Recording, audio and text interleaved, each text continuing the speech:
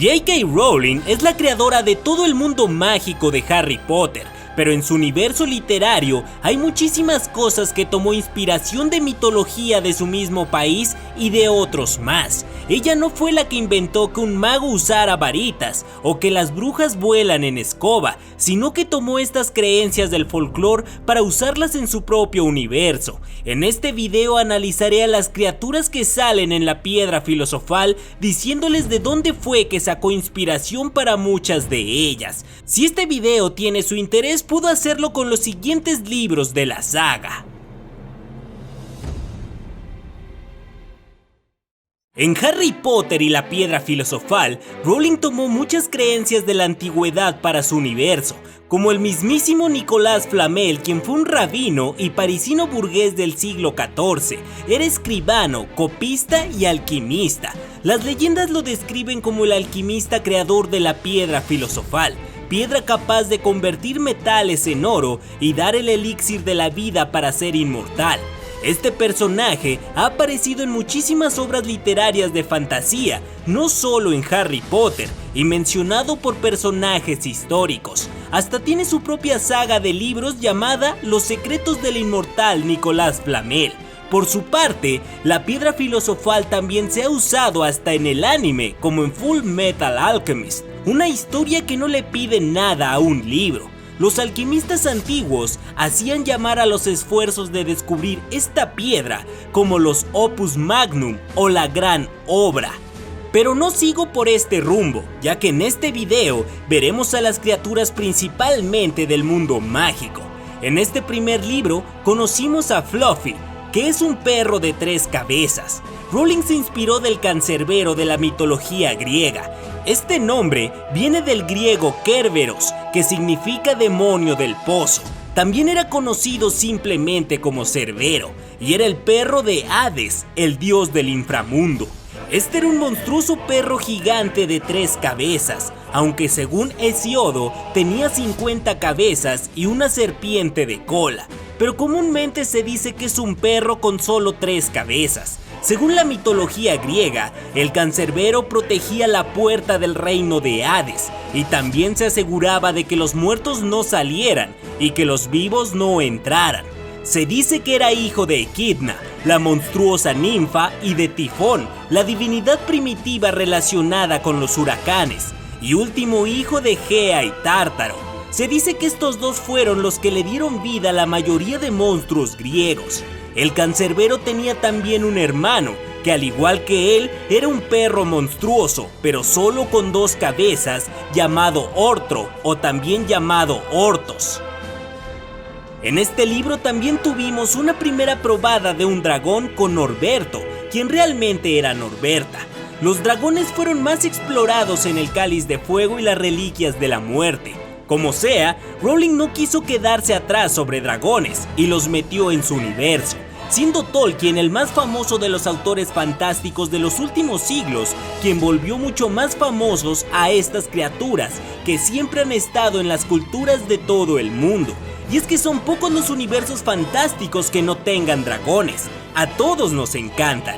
En las leyendas hay 2 tradiciones principales de dragones, que son los dragones europeos, derivados de la mitología griega y Oriente Próximo, así como los nórdicos. Y también están los dragones orientales de origen chino, japonés, coreano y de otros países asiáticos, aunque no se debe dejar atrás a América, ya que las culturas prehispánicas también tienen su versión del dragón, porque díganme ustedes, ¿qué es sino una serpiente emplumada o una serpiente alada? Pues una posible clase de dragón. Esta criatura hasta influenció la tradición cristiana, quien habla en el Apocalipsis refiriéndose a Satanás como el gran dragón o la serpiente antigua. Posiblemente el dragón sea la criatura mitológica más famosa de todas. Otra criatura que apareció fue el troll. Esta es una raza temible del folclore escandinavo. En esta mitología pueden ser gigantes destructivos que terminan con pueblos y ciudades, pero también se les representa como seres taimados que raptan humanos, sobre todo niños, y los cambian por sus propios hijos para que estos crezcan fuertes entre humanos mientras devoran a los bebés que hurtan. Los hijos de los trolls, cuando crecen, regresan a las montañas con los de su especie después de asesinar a sus padres humanos adoptivos. En la tradición inglesa, sobre todo en las historias medievales y cuentos de hadas, son seres de dimensiones muy grandes, estúpidos de mente y muy horribles, eso sí, muy fuertes físicamente. En algunos cuentos se vuelven de piedras y les da la luz del sol. Esto lo vemos incluso en El Hobbit de Tolkien. Ahora les explicaré una de las cosas que más me encantan de lo que usó Rowling, y eso son los animagos. Si bien su auge fue en El prisionero de Azkaban, en La piedra filosofal conocemos a la primera animaga de la saga, Minerva McGonagall. Y es que en todas las culturas del mundo existen seres que son humanos y se convierten en algún animal. A esto se le llama teriomorfismo, que viene de therin, que significa animal salvaje, y morfo, que es forma. Teriomorfismo es el nombre genérico que se aplica para cualquier transformación de un ser humano a otro animal, ya sea de manera completa o parcial, así como la transformación inversa en un contexto mitológico o espiritual. De hecho, el hombre lobo entra en esto, ya que es un híbrido entre lobo y humano, pero de él hablaré en otro video. En México, estos seres humanos que se convierten en animales son llamados nahuales popularmente. En Asia hay una leyenda de un hombre tigre, en Oceanía sobre un hombre tiburón.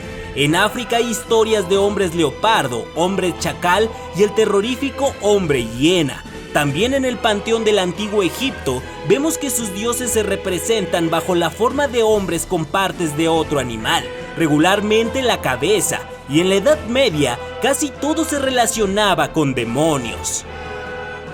Toca hablar de los fantasmas, una parte muy importante de Hogwarts, y es que los fantasmas, apariciones, ánimas, almas en pena, espectros, espíritus o como quiera que se les diga, forman parte del folclore mundial.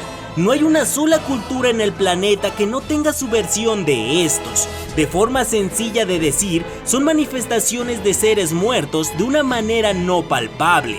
Un dato interesante es que mundialmente el 32% de las personas creen en fantasmas. Esto es 1 de cada 3 personas. Desde antiguas mitologías, religiones o literatura han existido los fantasmas y hay varios tipos de estos. Los más conocidos son los siguientes: los abstractos, que son aquellos que no tienen una forma determinada, como las neblinas blancas o el típico fantasma que parece una sábana flotando. Los naturales o no humanos, que son fantasmas de cosas inanimadas sin movimiento y también con movimiento, como el aire, el agua, el fuego y los planetas. Así es, en varias historias existen planetas fantasmas o barcos, a esto se refieren este tipo. También están los naturales animados, que son fantasmas de animales o seres animalizados. Los antropomórficos, que son fantasmas extraños que tienen rasgos humanos pero no lo son. Un ejemplo de estos es Pegajoso de los cazafantasmas. Y los más comunes de todos, que son los fantasmas humanos. Entre los fenómenos paranormales existe algo que es conocido como poltergeist, aunque tiene diferente pronunciación en cada país. En Harry Potter esto lo representa Pips, un poltergeist que hace bromas muy pesadas. En la realidad, un poltergeist es un fenómeno que engloba cualquier hecho perceptible de naturaleza violenta, producido por una entidad o energía imperceptible. O sea que cualquier ataque violento en lugares encantados que desafían la física es un poltergeist. Algunos de estos hechos se les atribuyen a fenómenos provocados por electricidad estática, campos electromagnéticos, aire ionizado, infrasonidos o ultrasonidos. Otra criatura mitológica es el duende. En el mundo mágico son los que resguardan el banco Gringotts. En cuanto al mundo que nosotros conocemos, forman parte de las creencias populares. Su nombre, duende, proviene de la expresión duen de casa o dueño de casa, por su carácter entrometido de apoderarse de los hogares y encantarlos o hacer travesuras. Existe una gran variedad de duendes o seres parecidos en muchas partes de Europa y se les suele relacionar con los goblins también. Esto último en países sajones como Inglaterra, Gales, Alemania y Países Bajos. Incluso hay seres parecidos a ellos en las historias prehispánicas. En México, los mayas tenían a los aluches, que eran un tipo de duendes benéficos que habitaban los cenotes y los campos de maíz, atraían la lluvia y protegían las cosechas. Otros eran los huaychup, unos duendes lujuriosos que se metían en las casas para tener relaciones sexuales con mujeres jóvenes y hombres jóvenes. Más en el centro del país están los chaneques, que en la mitología mexica son entidades asociadas al inframundo, los bosques, los ríos y los animales. El siguiente en la lista es el unicornio. Esta hermosa criatura mitológica que se representa igual a un caballo blanco, pero con un cuerno en la frente, era un poco diferente en las primeras versiones del mito. Estas provienen del médico griego Ctesias, quien también era un historiador del siglo V a.C. Ctesias escribió que en la India había un animal silvestre con la apariencia de un caballo, pero con el cuerpo albo, la cabeza púrpura y los ojos de color azul intenso. Tenía un gran cuerno negro con la punta roja y la base blanca. Decía que este cuerno tenía propiedades medicinales y que permitía sanar problemas estomacales, epilepsia y envenenamientos. Después fue descrito como un animal blanco con cuerpo de caballo, barba de chivo, patas de ciervo y cola de jabalí o de león, con un cuerno espiral en su frente, así hasta llegar a ser como se le conoce ahora. Eso sí, en todas las historias el unicornio es solitario y esquivo, pero igualmente agresivo si se le trata mal o se le ataca. Los centauros que aparecen en Harry Potter, amantes de los astros y el futuro, son una versión bastante más familiar de los centauros de la mitología griega. Eran criaturas con cuerpo y patas de caballo, pero con torso, brazos y cabeza humana. Sus versiones femeninas se llaman centaurides, que aunque no sean mencionadas en la antigua literatura ni el arte griego, aparecen ocasionalmente en la antigüedad tardía, más exacto en un mosaico macedonio del siglo IV a.C. Regresando con los centauros, siempre se les describía como seres salvajes, sin leyes ni hospitalidad, esclavos de las pasiones animales, por lo que raptaban mujeres para violarlas hasta hartarse. En la mayoría de sus historias aparecen raptándolas, incluso Heracles o Hércules le raptaron a Deyanira, su prometida, el centauro Neso. Aunque hay dos excepciones a la regla del centauro violador, esos son Folo y Quirón, que eran centauros de buena naturaleza, eran sabios y amables, y lo de centauros astrólogos y aficionados a la adivinación no lo inventó Rowling. En muchas leyendas se les da este papel a los centauros, ya que con frecuencia veían al cielo en busca de sus destinos. Para finalizar el video, no hablaré de una criatura mitológica como tal, pero debí hablar de esto porque es muy curioso. Todos recordamos a Quirino Squirrel y que tenía a Voldemort en la parte trasera de su cabeza, o sea, era un hombre con dos rostros. Esta idea tampoco es original de Rowling, probablemente ella se inspiró en una leyenda urbana en la que el personaje principal se llamaba Edward Mordrake o Mordrake. O quizás no, pero esta leyenda dice que Edward Mordrake nació en el siglo XIX y era heredero de un título nobiliario británico, pero tenía una cara extra en la parte posterior de la cabeza. Este rostro detrás suyo no podía ver ni comer ni hablar en voz alta, solo estaba allí. Aunque ésta se burlaba mientras Mordrake estaba feliz, sonreía cuando Mordrake lloraba. Era algo totalmente siniestro y aterrador. Edward le suplicaba a los médicos que le quitaran aquel rostro. Les decía que le susurraba cosas de las que uno nunca hablaría ni siquiera en el infierno por la noche.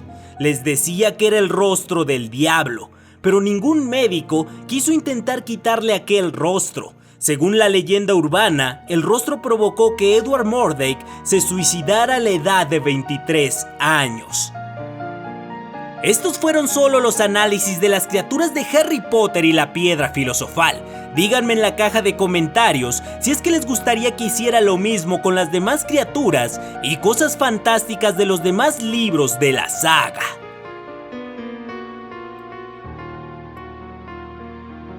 Si les gustó este video, no se vayan sin darme un like en la manita, suscribirse al canal si todavía no lo hacen y compartirlo por todo el mundo mágico y muggle. No olviden seguirme en mi Instagram donde comparto noticias del mundo mágico, otros libros y mi vida diaria que no comparto en este canal. Los links en la descripción. Además, ya se viene septiembre, el mes de aniversario del canal, donde subo muchísimos videos. Gracias por todo, este canal ha crecido gracias a ustedes. Les mando un fuerte abrazo. Les habló El Caminante.